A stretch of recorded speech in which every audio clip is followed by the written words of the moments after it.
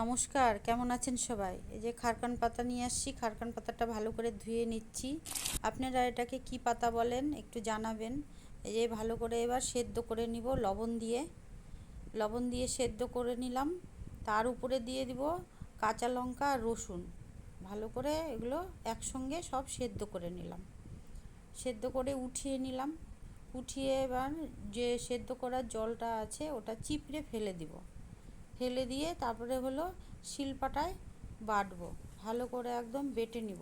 বাটা হয়ে গেছে, এবার কড়াই বসিয়ে দিলাম। কড়াই গরম হয়ে গেছে, তেল গরম হয়ে গেছে, কালো জিরা ফোড়ন দিয়ে দিলাম। তার উপরে পেঁয়াজ কুচি দিয়ে দিলাম, পেঁয়াজটা ভাজা হয়ে গেছে। তার উপরে দিয়ে দিব বাটা, খারকান পাতা বাটা আর লঙ্কা রসুন একসঙ্গে ছিল বাটা, সব দিয়ে এবার ভালো করে কষাবো। তারপরে দিয়ে দিলাম লবণ হলুদ, তারপরে একসঙ্গে কষাতে থাকবো। একদম কষাতে কষাতে দেখব কড়াই থেকে ছেড়ে দিয়েছে, তখন ভাববো হয়ে গেছে একদম।